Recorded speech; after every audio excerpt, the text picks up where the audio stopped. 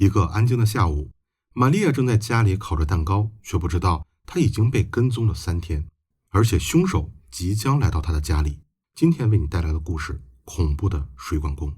玛利亚·别利亚耶娃是一个幸福的女人，她的父亲是冰球界的传奇教练弗拉基米尔·别利亚耶夫，是哈萨克斯坦国家队的主教练，在2002年到2008年还曾担任美国国家青年队的主教练，享有很高的声望。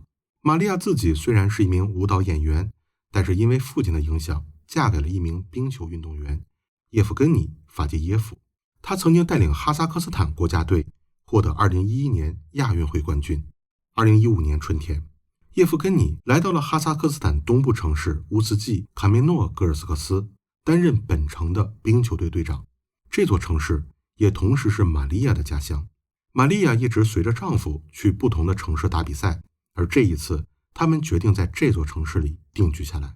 玛利亚显得很兴奋，她在鄂尔齐斯河北岸挑选了一套公寓作为他们的新家。公寓所在的社区配有安保人员，属于当地的高档社区。2015年10月11日，玛利亚开车从城市冰球俱乐部返回公寓，她没有注意到另一辆车从后面悄悄地跟了上来。这辆车的司机是28岁的贝布特·斯利亚莫夫，他是一名连环杀手，专挑看起来富有的女性作为下手目标。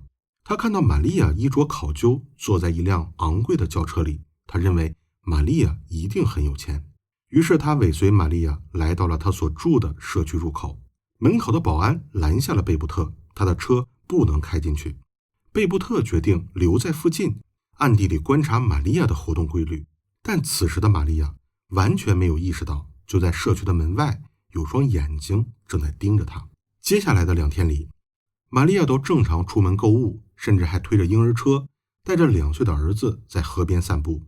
2天以后，玛利亚从河边散步回来，返回公寓，贝布托也跟了进来。进入大门的时候，保安再一次拦住了贝布托。这一次他谎称自己是电视台的工作人员，来这里是为了维修电视线路。保安竟然没有查看他的证件，把他放了进来。贝布托通过电梯了解到玛利亚就住在公寓的7楼，但他不知道玛利亚具体在哪间公寓里。于是他把7楼的几个房间都敲了一下，结果只有玛利亚开了门。玛利亚问他有什么事吗？贝布托说自己是电视公司的员工，这间公寓需要更换新的线路，他来测量距离。玛利亚竟然一点都没有怀疑，就让贝布托进来了。贝布托一边假装测量距离，一边打量房间的布置，但是他并没有动手，因为他觉得自己一个人对付玛利亚并没有十足的把握，于是选择离开了。当天晚上，他叫来了自己的朋友24岁的萨马特·拉夫哈托夫，他是一名化妆品商人，不过他的境况并不好。刚见到贝布特，马上诉苦说想要赚一笔钱，越快越好。于是贝布特告诉萨马特，他正在跟踪一个有钱女人，而且已经踩好了点，随时可以动手。2人一拍即合，决定不再等了，第2天就动手。贝布特离开以后，玛利亚给父亲打了电话。聊天中，他说起了今天发生的事。家中来了一位电视公司的员工，父亲立刻警告他说不要再给陌生人开门了。玛利亚回答好的。第2天10月14日星期三，丈夫叶夫根尼去了俱乐部参加训练，玛利亚则留在家里烤蛋糕。蛋糕是烤给朋友的。当天是一名冰球运动员儿子的生日，丈夫结束训练后会接上玛利亚一起去队员的家中庆祝生日。玛利亚有2个孩子，一个5岁，另一个只有2岁。因为今天晚上玛利亚和丈夫都不在家，所以这2个孩子被送到了亲戚家照顾。下午2点左右，萨马特和贝布托2个人来到了社区门口，保安又一次拦住了他们。这次萨马特谎称自己是水管维修工，保安并没有核实他们的身份，就放行了。顺利进入社区后，他们直奔玛利亚的家。贝布托问萨马特，你带了什么家伙？萨马特说，我准备了一条领带。他们到了玛利亚的家门口，按响了门铃。这一次玛利亚听从了父亲的建议，没有开门。他在对讲机里问道，是谁在那儿？萨马特说，我们是水管工，你家的水管坏了，楼下的天花板正在漏水，快开门。玛利亚虽然明白不能给陌生人开门，但是当他听说邻居的天花板漏水时，他能不开门吗？结果门外站着2个凶狠的男人，他们立刻就冲了进来。玛利亚跑向婴儿房，她想在里面把门反锁，但还是晚了一步。她拉下窗帘，想从窗口呼救，但被2名凶手抓了回来。他们用领带勒死了玛利亚，然后将公寓洗劫一空，包括3块手表、几张银行卡、2000美元和15000卢布。但他们忘记了拿走那条领带。仅仅1个小时以后，叶夫根尼就回到了公寓，他在接妻子去冰球俱乐部。他看到蛋糕摆在桌子上，烤箱的门还开着，只是妻子没有来迎接他。他还没有意识到公寓里发生了凶案。叶夫根尼推开了一个个房间检查，最后在婴儿房里看到了妻子。他倒在地板上，脖子上还系着那根领带，已经失去了生命体征。很快警方来到公寓，他发现门锁并没有破坏的痕迹，这可能说明是玛利亚给凶手开的门。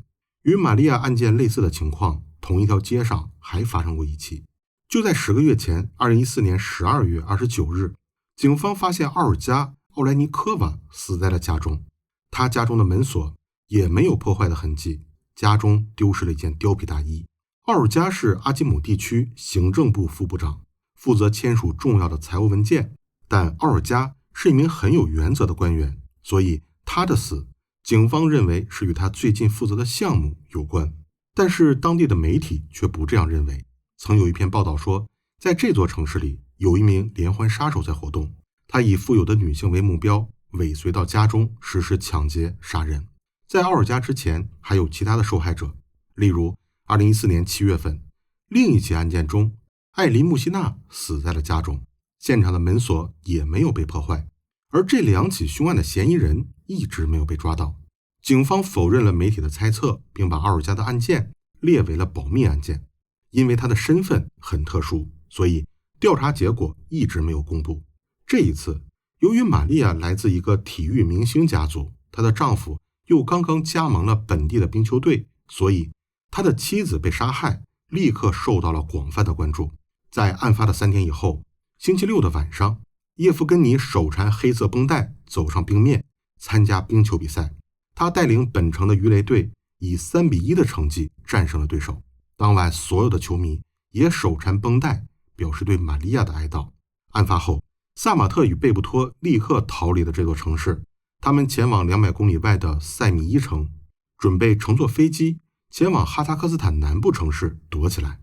但是在机场被警方拦下，当场搜到了玛利亚丢失的手表和她名下的银行卡。经过调查发现，多起入室抢劫案与他们有关，甚至萨马特还抢救过自己母亲的好朋友。玛利亚与埃琳娜的系列案件也是萨马特做的。虽然奥尔加的公寓里他只拿走了一件貂皮大衣，价值仅650美金，他却因此残忍地杀害了奥尔加。2016年5月5日，法官宣布最终判决。在法庭上，法官对萨马特是这样说的：我判处你最高刑期无期徒刑，因为从你的行动中来看，生命对于你来说根本不算什么。年幼的孩子将在没有母亲的情况下长大，而你却用抢来的钱买香水和衣服。我没有看到任何悔恨。另一位凶手贝布托被判处了16年监禁。这是额头调查，别给陌生人开门。